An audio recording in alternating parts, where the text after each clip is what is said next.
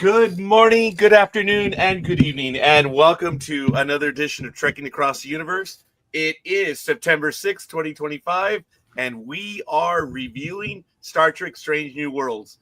You know who I am. I'm Roger. I'm the lucky one that gets to start this program, but I'm on with my co-host right here. I want to go ahead. Michael, how you doing this evening, Michael? I'm doing, and you're right, that is a different countdown. So I'll have to see if I can find the other one. But hey, it works, right? It's all good in the hood, as they say, in the Mm-hmm. hood. So how you doing, Greg? Doing okay, bit of a cold. But I hear you. Yeah. I unfortunately may have a summer cold over here as well, but that's neither here nor there. It's 93 degrees outside. It is 94 degrees in here. I hate my life. How you how you doing, Captain Cooper? I'm doing great, and for one day, you're actually hotter than we are. I'm at an 84 degrees at the moment. And in all due respect, that's not the way I want to be hotter. But Sorry, it is what we're it just glad to is. have you back. Aaron, how you doing? Good morning, young man. Good morning. Hello. I'm good. We've officially in spring here, but we've had 2 days of solid rain, so that's fun. I envy you. I believe Captain Cooper envies you as well, because these two kids on the East Coast, that one over there and that one, they get a lot of rain out there where they are, but we don't on the West Coast right now. But we are looking forward to it. But like I said, it's Trekking Across the Universe. We're going to be doing Star Trek Strange New Worlds, episode 9. We're in season 3. It is the episode entitled Terrarium, and it was written by Alan B. McElroy, directed by Andrew. I don't know if it's Couts or Coots. I'm sure someone will get it right. The Paramount Plus runtime is 56 minutes. I know Greg will get the actual runtime, and it is Stardate 2198.7. The episode is Terrarium.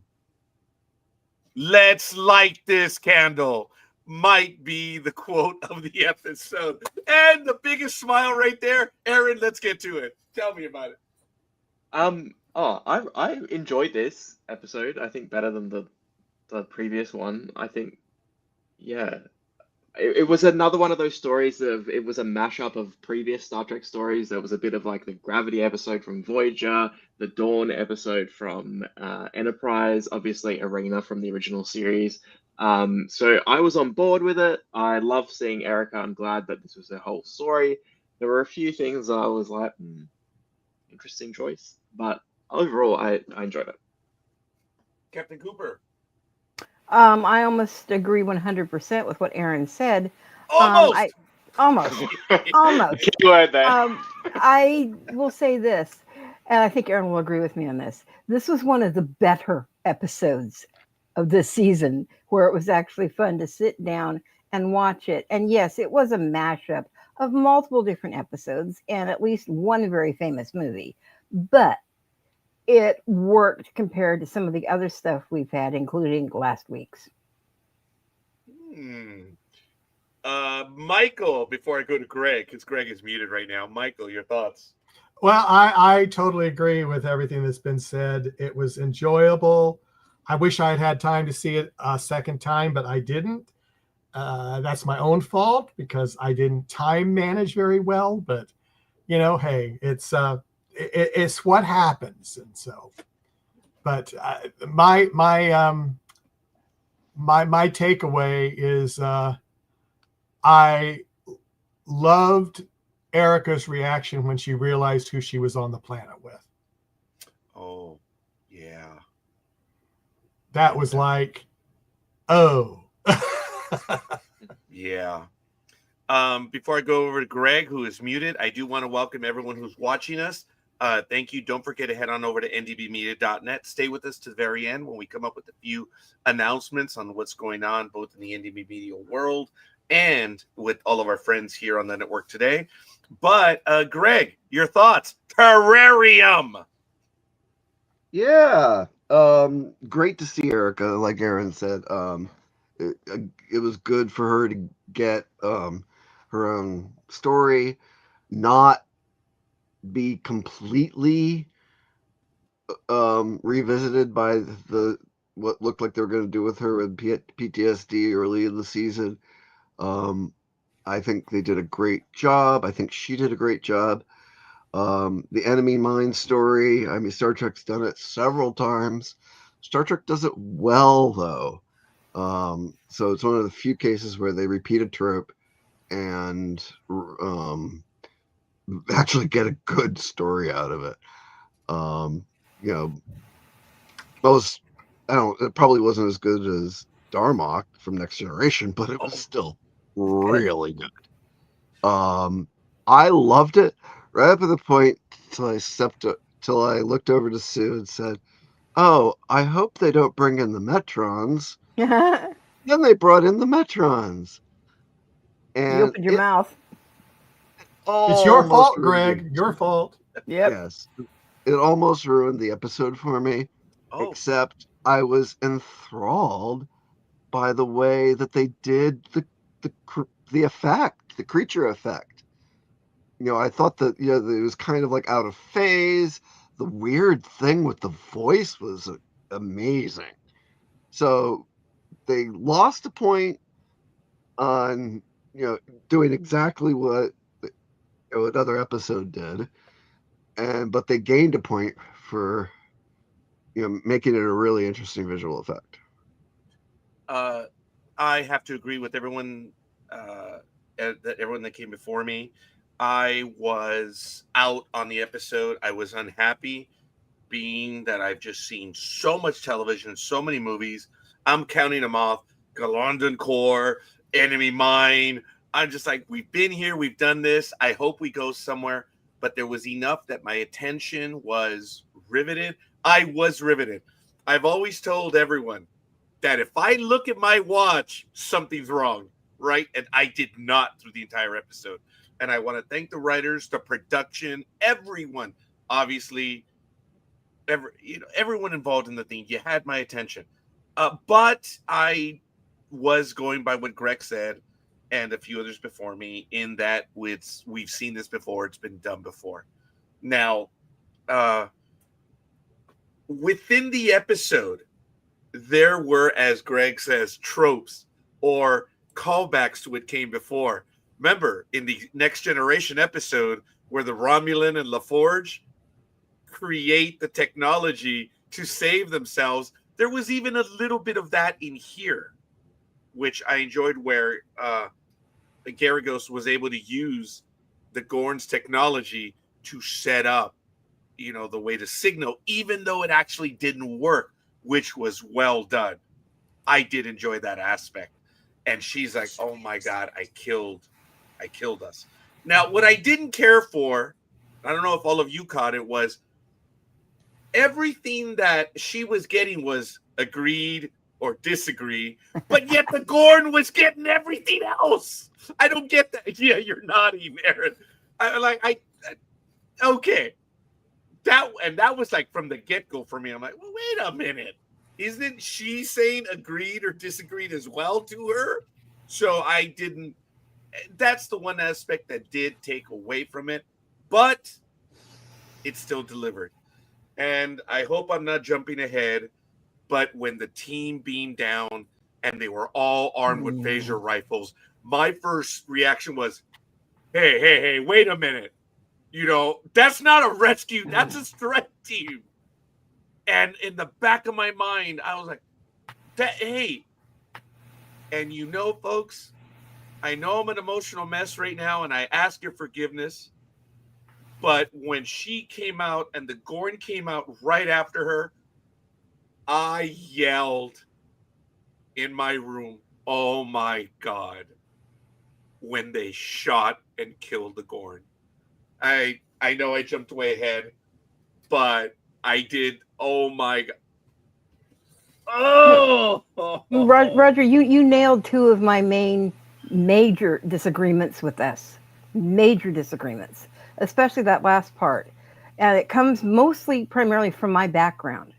Leon is supposed to know what she's doing. She beamed down there with no situational awareness of what was going on. She didn't observe the steam of anything that was going on and immediately opened fire. period, hands down. And for that, there should be some discipline. That irritated me to no end, coming from my own background within the military. That pissed me to hell off. Sorry for my language, but that was a big, big glaring. And I understand why they had to do it was to move forward with the storyline of how we will originally or intentionally go on later and work with the Gorn. But that part, that irritated me. And you had mentioned one thing about the yes and no, and I don't mean to be taking more of your thing, but I had a thought when that started happening is what if we're actually seeing a dream of Pike when he's still in the cage? And then afterwards, do you remember the only things that he could do is yes, no questions and answering yes, no on his button?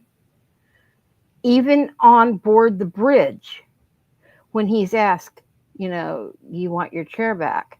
And he's like, no, I'm perfectly fine right here. It was a no answer. So think about that. And they moved through, Erica moved through way too fast with her thinking to create this communications device and other things. So it's just a thought in reference. Well, the other thing, as I said, I wanted to see it a second time because I thought I heard Erica say that she thought the Gorn could read her thoughts telepathically. Yeah. Yes. But she couldn't understand the Gorn. Yeah. And maybe that is why that communication device, it did what it did. The Gorn had better perception of what was going on than she did, but she needed to know what the Gorn was thinking. I don't know. Maybe if Uhura was down there, it would have been a little better one. Yeah. I don't know. I was under the impression that the Gorn could actually understand Erica. Mm-hmm. It wasn't telepathy. The Gorn actually understood English, that they were learning. They learned their enemy. Yeah. But the whole thing with yes and no kind of was weird. You just freaked me out, Cooper. I have to say with that hypothesis.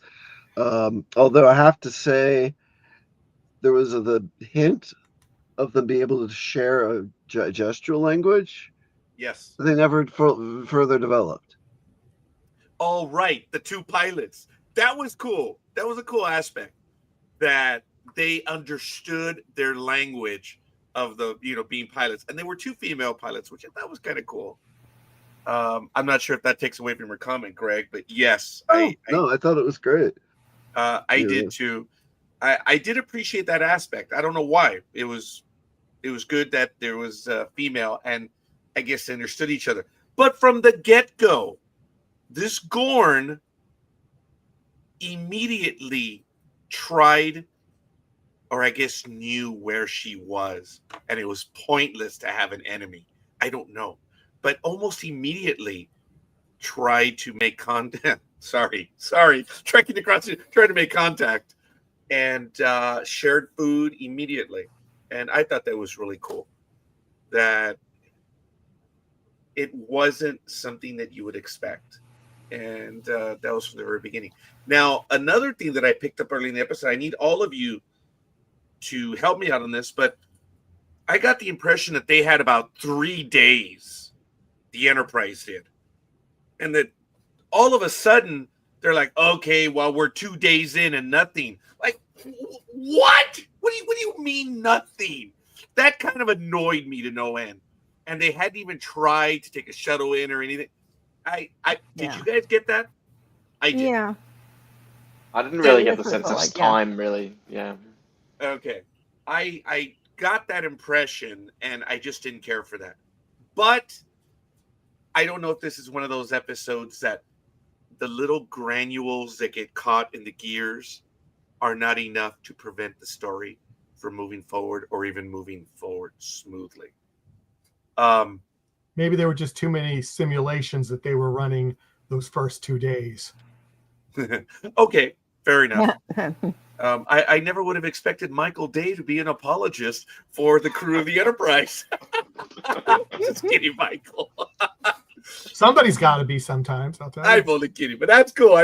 You own it, baby. You own it. Okay. I'm talking too much. Everyone else, guys, come on, jump on in. I believe there might have been another one or two items in there, but I did appreciate how the story unfolded. It did subvert my expectations. So much so that I screamed, wow. I yelled out at the end. I Mhm. was so disappointed. Yeah. Actually, going back to the ending that you guys were talking about before, I think what was really frustrating is not having a scene between Laan and Erica talking about, you know, their experience with the Gorn. I mean, they've both been through this sort of traumatic experience with the Gorn. There's obviously, we've seen in previous episodes the whole PTSD thing with that experience, and then for Erica's expectation of it to change and then La'an's to be the same, I feel like there should have been a scene at the end of this story. It shouldn't have been with Ahura and Erica. It should have been with La'an and Erica talking about the fact that, you know, she befriended this Gorn. They're not the way that, you know, we thought they are, and coming to terms with that. And there was a really stupid bit of dialogue where, you know, Erica's on the planet after the Gorn's been killed, and she's yelling, and she's like, "Not, I'm not talking to you. I'm not talking to the thing. I'm talking to somebody else." And it's Oh. like, I just feel like in that moment, that's not really, yeah, that wasn't. It just really, it's just one of those things that it was such a solid episode, and then to end it the way it did, those two things just completely subverted it. Well, you think of it this way, they might, since they never saw the Metrons at all, no one else did, because they were in the process of beaming, and they might think that she does have PTSD when they go back up to the ship, because Well, in that case, they didn't see Yeah. any of that. Yeah, but in that Yeah, but case, we Erica need to wasn't see going to that. remember it. Well, exactly, and so she would just think that she just went a little crazy. I mean, she may think that. I mean, who knows? We'll see. Maybe they'll do something in the season finale about that, or maybe not. Oh, wait, so hang on. Are you saying that she doesn't remember the Gorn experience? No, Well, she remembers the Gorn experience. She doesn't remember the Metrons. Oh, Right. yeah. Well, I Because wish I could forget that as well. remember right at the end, she was like saying, "Someone's watching me. I know someone's been watching me all the time." Then they beam up, and then they freeze, and she doesn't, and that's when they reveal themselves to her. And then she also straight up asks, "Am I going to remember Yeah, any of this?" Just And what's I important. believe, and help me out on this, he says, "We will allow you to remember the experience of the Gorn." Or Right. they said, "You will remember." I don't remember. Do you guys? no, they said something like that. You'll remember because those were Yeah. legitimate or real things that happened, but Yeah. you're not going to remember us. Yeah. But here's the thing, even when the Metrons did interact with them, they kind of gave a side wink a little bit to what's coming in the future, Yes. that maybe we'll hear more from Erica's story, that she will, I don't know, maybe subconsciously start remembering even though they wiped it. Because how are we going to have moving forward the actual collaboration of, you know, the Gorn and the Federation? Because even the Metron said, we may need you in the future. And we do know that moving forward, you know, they do wind up meeting each other in about 6 years, you know, so. They do say, or the Metron said, "You're not ready." There was Yeah. no doubt about that. But the funny thing was, to whom was he saying that to? To Erica? To I the don't think Gorn? so. Was he I saying think- it to La'an, to the Federation? Because Humanity. Eric, I think, no, yeah, exactly. Humanity in general. but if you look at it from the get-go, oh, and there was another thing where she says, "Look, okay, I get it. You will die, you know, as a female, whatever. You failed or whatever, you'll die because you're wounded, or but if you come with me, you can establish." So she was way above everyone else. So Yeah. Okay, I guess so. Humanity is not ready. Well, they're And certainly hell not ready. Go ahead. To your point, like this exchange was light years better than the one that Kirk has in the original series. Yeah. So yeah, how like I just feel like including the whole Metron thing was a mistake because it for a fan watching it, it's like, oh, okay, this is a callback to the original series of an episode which is extremely similar and ends the same way, almost. But for someone that is coming new to this, it was ultimately meaningless. It was like a reset episode, Yeah. basically. And I think the value should have been the relationship between Erica and the Gorn rather than this sort of tacked on, like, oh, actually, this is all a setup, and ultimately doesn't go anywhere. I almost think they should be calling it the Arena Part 1, because we get the Arena Part 2, which is the real story coming up later. You know, it's like almost the appetizer to the actual show. That's interesting. They could have come up with a creative name because backing up a little bit to Discovery, Michael Day and I died on the 3rd season episode Unification Part 3. Oh, that was so creative. So if they would have wanted to do Arena, yeah, they could have come up with something. So is there now, help me out, guys, Arena, Terrarium? Is there a little connection there? You know, a terrarium could be a smaller thing as opposed to a bigger thing, Arena. I don't know. Maybe there was.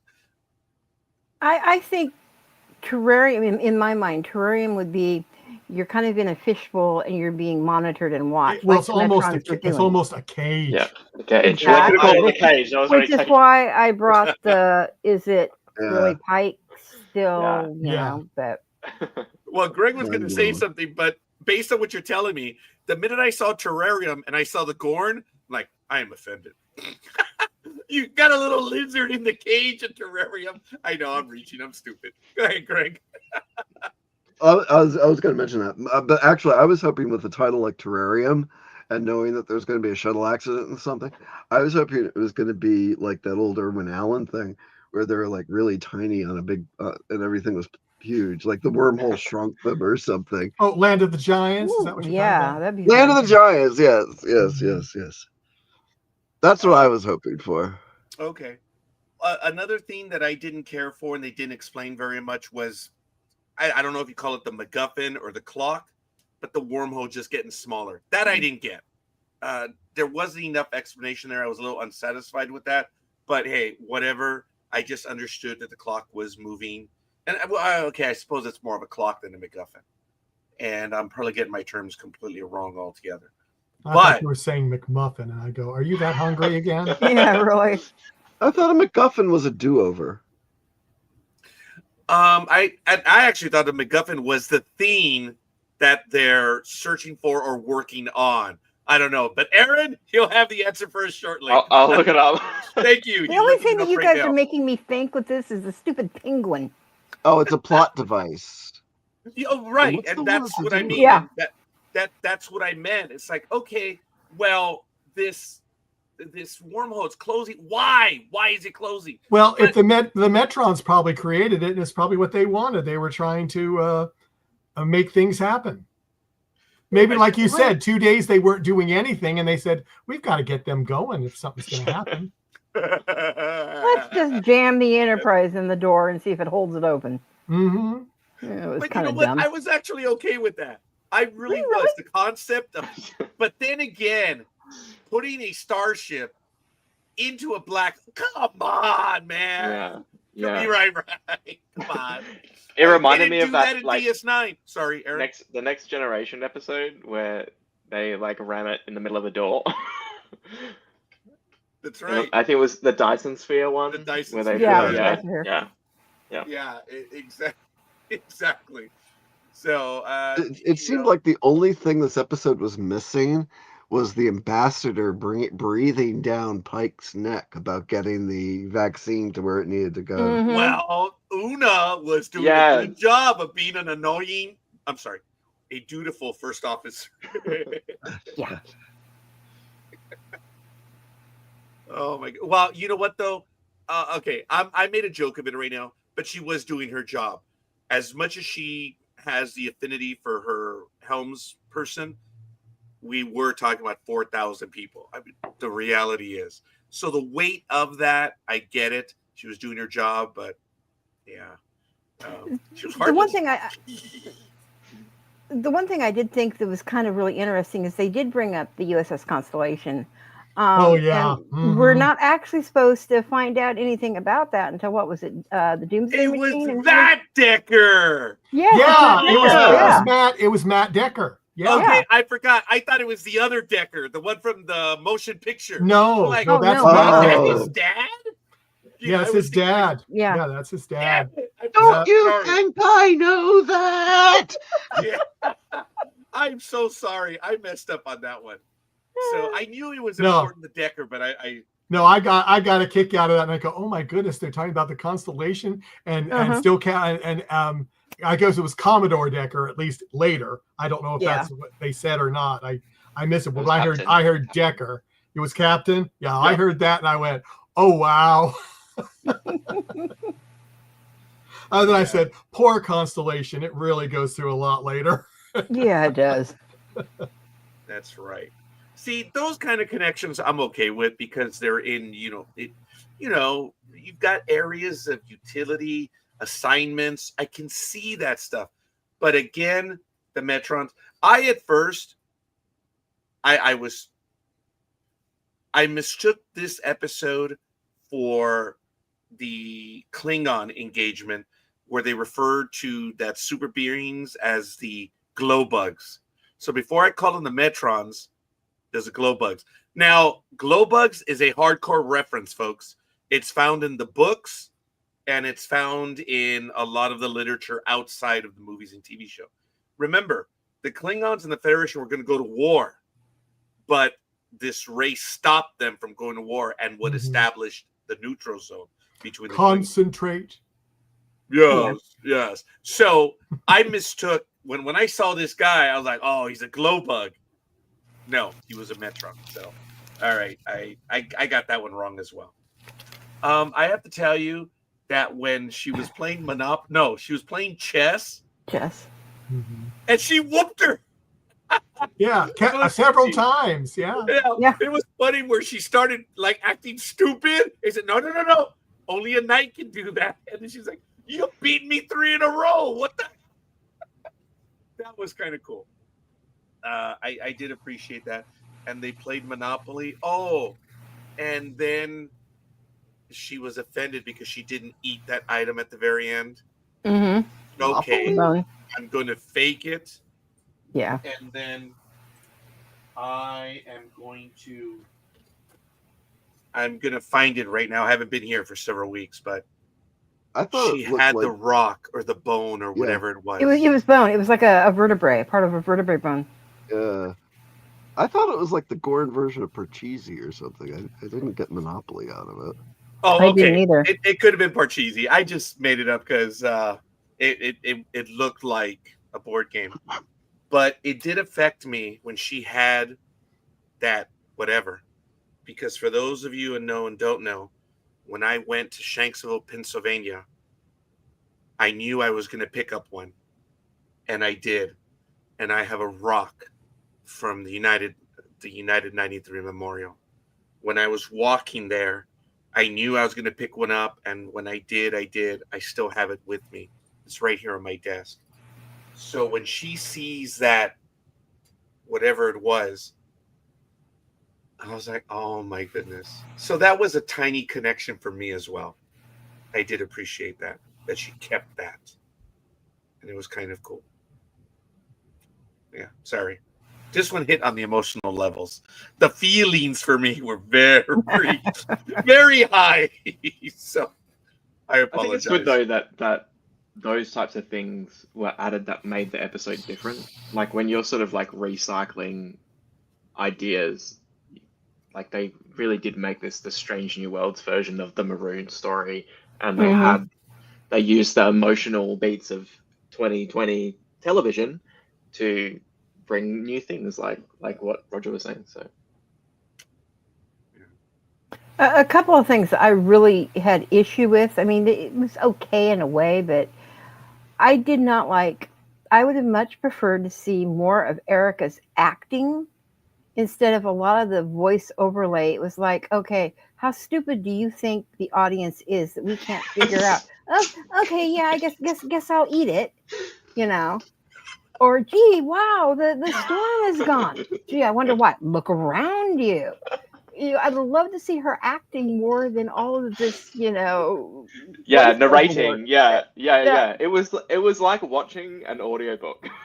Exactly. That drove me a little bonkers. Yeah, I agree. Yeah. And the other thing is, I had more of a question than an actual gripe. But this, to my understanding, is a older class version of the Enterprise. So why is it that we have Shuttle Bay 2? Shuttle Bay 2s Yes. didn't appear in Constellation class Enterprises, to my understanding. Yeah. And where So the you hell could- is it? I was like, okay, a second Shuttle Bay? I don't think so. Yeah, maybe it was just door number 2. Yeah, but that came to mind too. But okay. Yeah.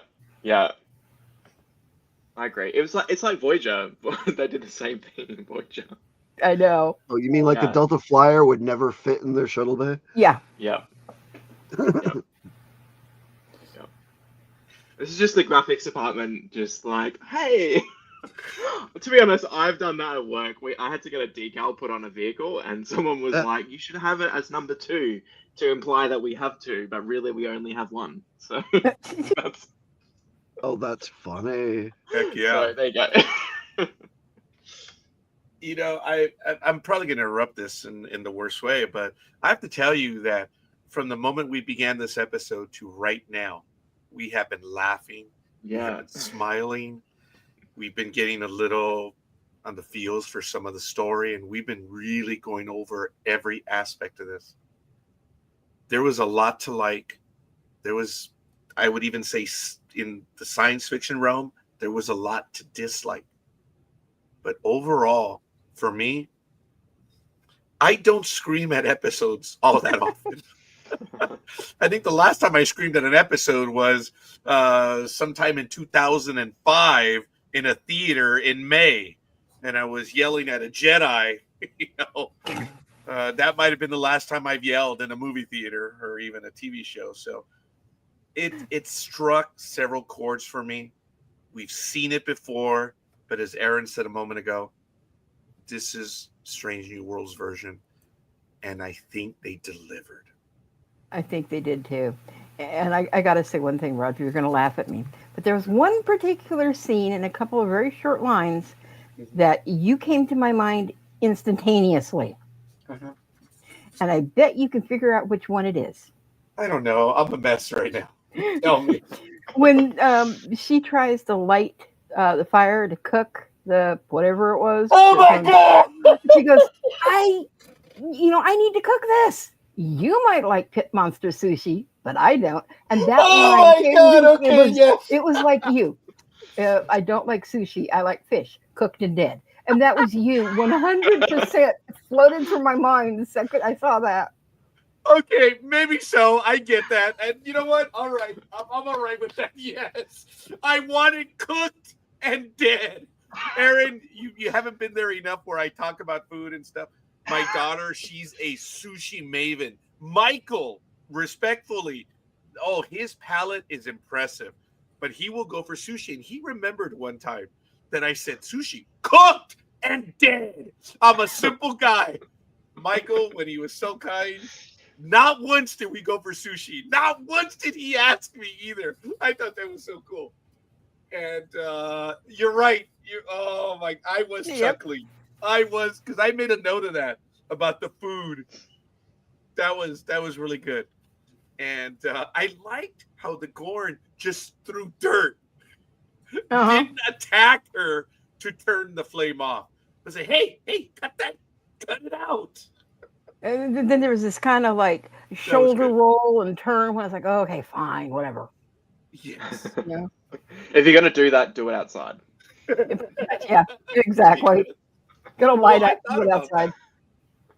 Oh my goodness. I appreciate that a little bit. That is funny. I did chuckle a little bit when she had it cooking because I think she wanted to throw up when she first tried it. Oh yeah. But she didn't make us, and to the writer's credit, she made a face, but she kept it angled down. You knew she wanted to throw up. You knew she was in 2025 wanted to make the this is horrible. No, she was smart enough to keep it to herself, even though the Gore knew that they didn't like it. But hey, it's the only food we have, so toma, as they say in Spanish. Yep. Yeah. Look, again, guys, we're laughing and smiling about this episode. This was cool. I'm not going to go ahead and recap it again as I did a moment ago, but I can't help but acknowledge that. I mean, just look at how we're carrying on. This was so cool. This was If a only positive. the other 8 were like that too. Yeah. Yeah. That would have been nice. This was good. Look, it definitely has its faults. I know we all agree on that. And they're even significant faults because we are who we are. We know so much of Star Trek.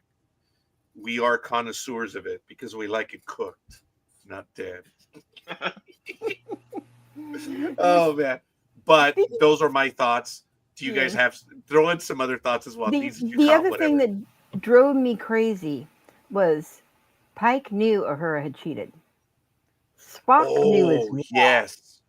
And yet just kind of let it slide. You know?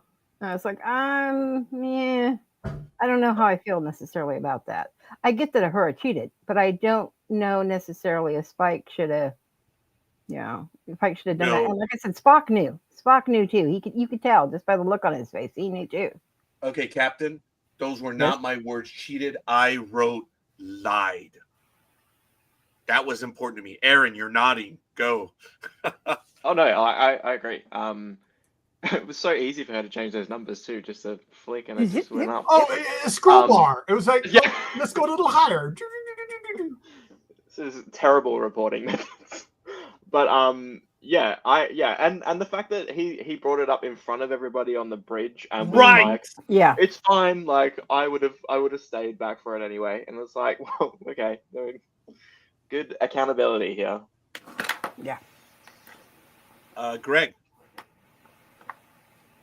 Sorry, brother. I didn't mean to ambush. Yeah, I don't really have much else to say about this one. I mean, I love that it was an Erica episode.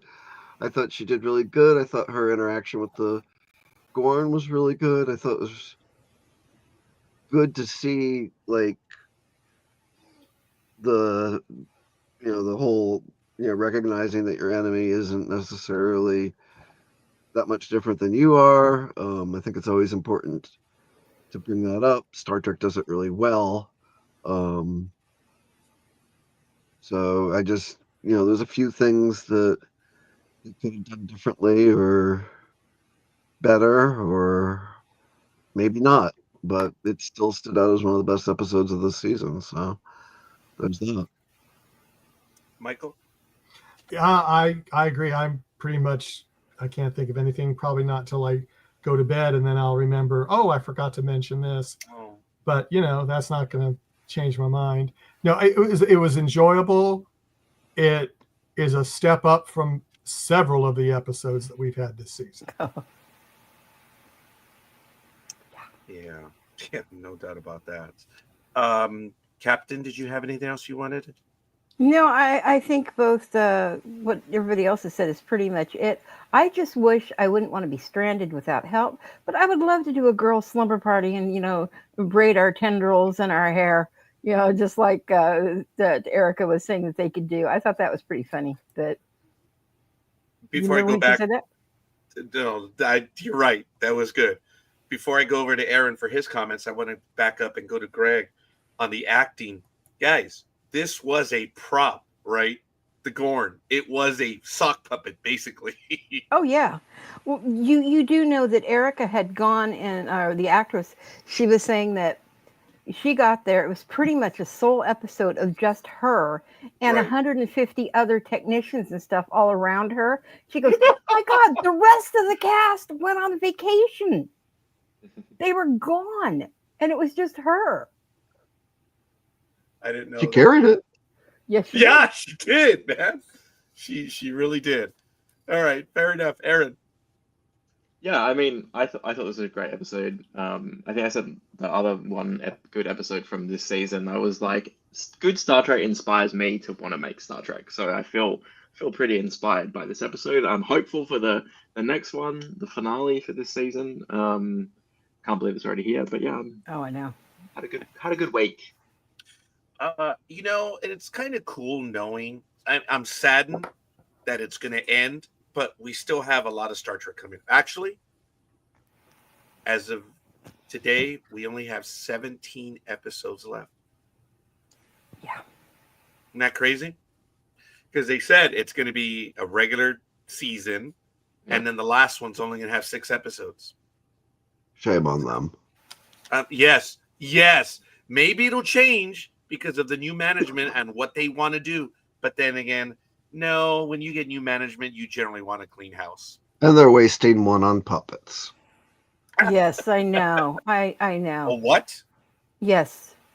And I'm scared that's the season finale.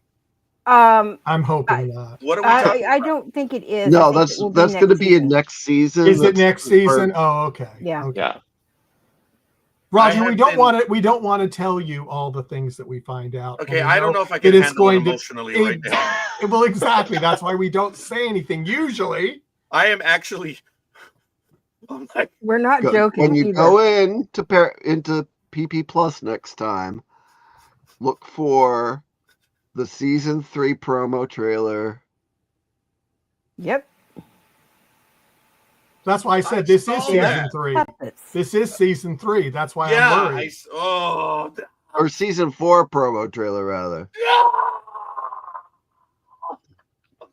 Yeah. All right. Well, we'll see. Oh my God, 17 episodes left. But look, Well, 16 and a puppet one. hopefully from this point forward, it turns, at least for us. Because with Star Trek, remember, they used to do 24 to 26 episodes a year. And usually you would get 1 or 2 bombs a year. We're excited because this was a damn good episode as opposed to all the others. Yep. Yeah, so hopefully it changes from this point forward, at least for us. Look, I've said it, the Easter eggs, dude, you got to let it go. You got to let it go. It's nice to see the connections, but they're worthy when they stand out and when you find them. But are they still doing those episodes on YouTube where they're counting the Easter eggs every episode? Oh, Yep. okay, great. You know, all right. I have no time for any of that. None. I did appreciate. I find it fun when one comes across that I recognize. Yes. Other than that, Yes. I don't count them. Well, that's Yes. what an Easter egg should be. That's right. They're not Easter eggs. It's like having Easter Sunday for those of you that believe in such things every day in every episode. So, but all right, that's cool. Captain, again, I apologize, folks. I haven't been around. Anything going on that you wanted to announce? Any projects, both personal and professional? Well, I will let Michael take care of some of this upcoming stuff that we have for Talented, but I have Isha and I have the Troublesome Twosomes, My Neighbor Totoro, coming up on the 14th. Oh, And then we have a lot more in the pike that we already scheduled for. I just haven't programmed them. I have about 15 more in the pike. I love it. Appreciate it. And there might be another stuff that Aisha's told me, but hasn't been declared, which you girls are talking about, which is really cool. Correct. Greg. no news. All right. Fair enough. Michael. Kids are back in school, bringing I'm sorry. germs home. Well, there you go. Greg, Uh, I have not been on air with you for a while because you and we're usually right on, and I've cut you off like 18 times. I'm sorry, Greg. I Oh, I do apologize. it. Well, he's No, playing. no, he's no playing worries. behind the I'll just- scenes, so. I'll just fight with you over it. talk over That's you all the fair. time. But I've noticed that when we're on air, we usually catch our, we're a pitcher and catcher. We understand each other. And tonight, I'm left Well, I'm bench not and on you're the umpire. camera. He's not on camera, and that makes a huge difference. Maybe Yes, so. it does. Maybe so. Fair enough. And I appreciate that cover. Michael. The only thing that we have scheduled definite right now is Peter Sirica from the Librarians the Next Chapter. He was in one of our favorite episodes, the House of Cards, and he played the Friar. So we are very excited about him, that he's going to be on Friday, 2 p.m. Eastern, 11 a.m. Pacific time, and 8 p.m. if you're in Serbia, and 2 a.m. if you're in Perth. So, yeah. Okay, I'm going to ask for a personal favor on an announcement. Joshua D. Maley is returning. He's a producer. He was on with us last year. His movie has been picked up by Amazon, and it's on Amazon right now. I wish I had the name of it right now. It looked like we were going to do a program in 2 days on Monday, but I'm not going to be able to make it. We're going to, Waltz. The movie is Waltz. Yeah. Thank you, Captain Cooper. LWALTZ. Folks, do us a solid. If it's on Amazon, you have a chance to watch it. It's a good flick, guys. And it's by one of us. One of you, Greg. One of you, Aaron. One of you, Michael. You guys are producer, movie makers. He's one as well. It's a good movie. If you have a chance, check it out. Folks, run up the numbers, please. Scorekeeper doesn't ask for something every day. Every other day. It's every other day. Check it out, guys. Hopefully you enjoy it. And if you want to join the interview, we're going to have an announcement very soon. But Josh Maley, he's a wonderful auteur. He's a storyteller as well. And he's the one that is behind the script-based series, Star Trek Frontiers. An incredible story done over 2 seasons and a movie. I am probably his biggest fan on that, but it is absolutely awesome storytelling, script-based format.